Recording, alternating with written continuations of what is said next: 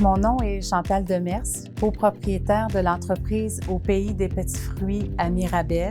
On est une entreprise de production de petits fruits, fraises, framboises, bleuets. La ferme existe depuis 30 ans et on a pris la relève de mes beaux-parents qui étaient là depuis 35 ans avant nous. Pierre Rivestier, copropriétaire de la ferme Au Pays des Petits Fruits. Mon rôle, ça a toujours été de faire pousser les plants, dans le fond, le mieux possible. Gabriel Etier, futur copropriétaire de l'entreprise Au Pays des Petits Fruits. Mon rôle dans l'entreprise se situe beaucoup à la cueillette et à la gestion des travaux au champ avec Pierre-Yves. Notre production est vendue localement. On est content que les gens viennent acheter à la ferme, alors on se fait un devoir d'engager de la main-d'œuvre locale. On a à peu près entre 20 et 30 jeunes par jour pour la cueillette. Et depuis seulement 8 ans, nous avons des travailleurs étrangers. On a commencé avec 2 et on est rendu à peu près une quinzaine de travailleurs étrangers par année qui complètent la main-d'œuvre pour l'entreprise. Nous, on a comme voulu pousser quand même à accueillir des jeunes qui sont de plus en plus jeunes. C'est vraiment du 12 à 15 ans qu'on doit accueillir. Avant le 12 ans, c'était...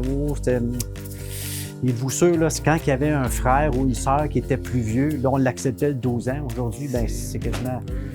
Non, pas de problème, on va t'essayer pareil, tu sais. Ça a des avantages, en quelque part, d'avoir pas juste des Mexicains, pas mettre justement nos œufs dans le même panier, mais d'avoir une flexibilité à ce niveau de nos employés, parce que veut pas, les fraises, là, juste notre petite équipe de 3, là, ne peut pas ramasser grand-chose.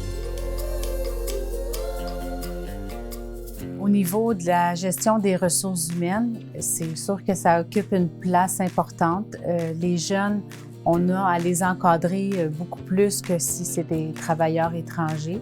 Les jeunes arrivaient ici sans trop savoir dans quoi ils s'embarquaient. Les jeunes ne sont pas moins travaillants qu'avant. Ils sont moins habitués au travail physique. Ils sont beaucoup sur leur téléphone puis à gamer sur le divan. C'est pas tout à fait pareil que d'être à 4 pattes dans le champ. Ce qui est ramené à la maison comme information, des fois déphasé de la réalité.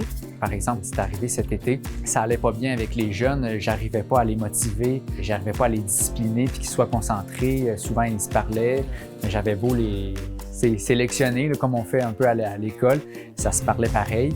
Pour essayer de régler le problème, on a demandé aux parents de rester le matin là, ici pour qu'ils entendent l'information qu'on avait à donner. Dans le fond, le message qu'on a dit, c'est que c'était la dernière journée là, qu'on donnait des avertissements. Puis qu'à la fin de la journée, si dans le fond, là, vous n'êtes pas apte à continuer, vous ne reviendrez pas. C'était comme un couteau à 2 tranchants parce que dans le fond, là, on avait comme besoin des jeunes. Fait que là, si tout le monde parlait, là, on allait envoyer tout le monde. Et juste le fait que les parents aient été là, ils l'ont entendu, les parents y ont été conscients. Donc, automatiquement, les parents sont capables de parler à leurs jeunes. Puis depuis qu'on fait ces rencontres-là, ça dure 1 heure. On leur dit carte sur table de A à Z, comment ça fonctionne une journée, la première journée. Ils arrivent préparés avec l'équipement qu'il faut.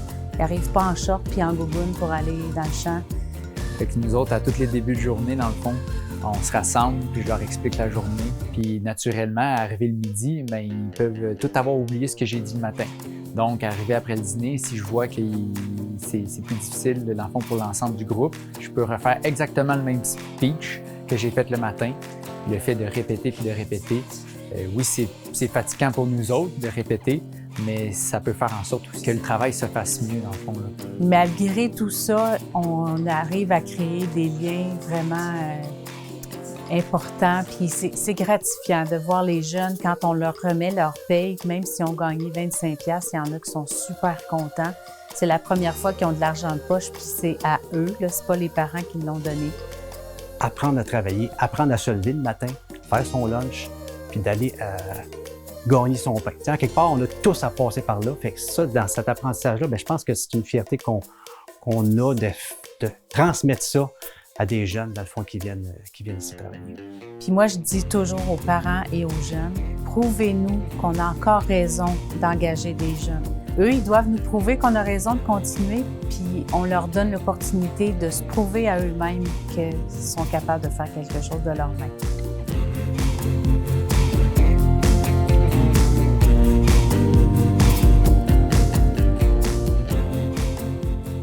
Merci beaucoup pour ce prix. C'est vraiment avec beaucoup d'émotion, de fierté que nous l'acceptons.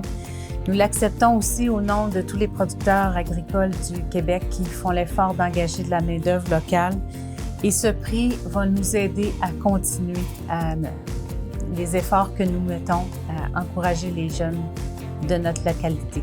Merci. Merci. Merci. Un grand merci.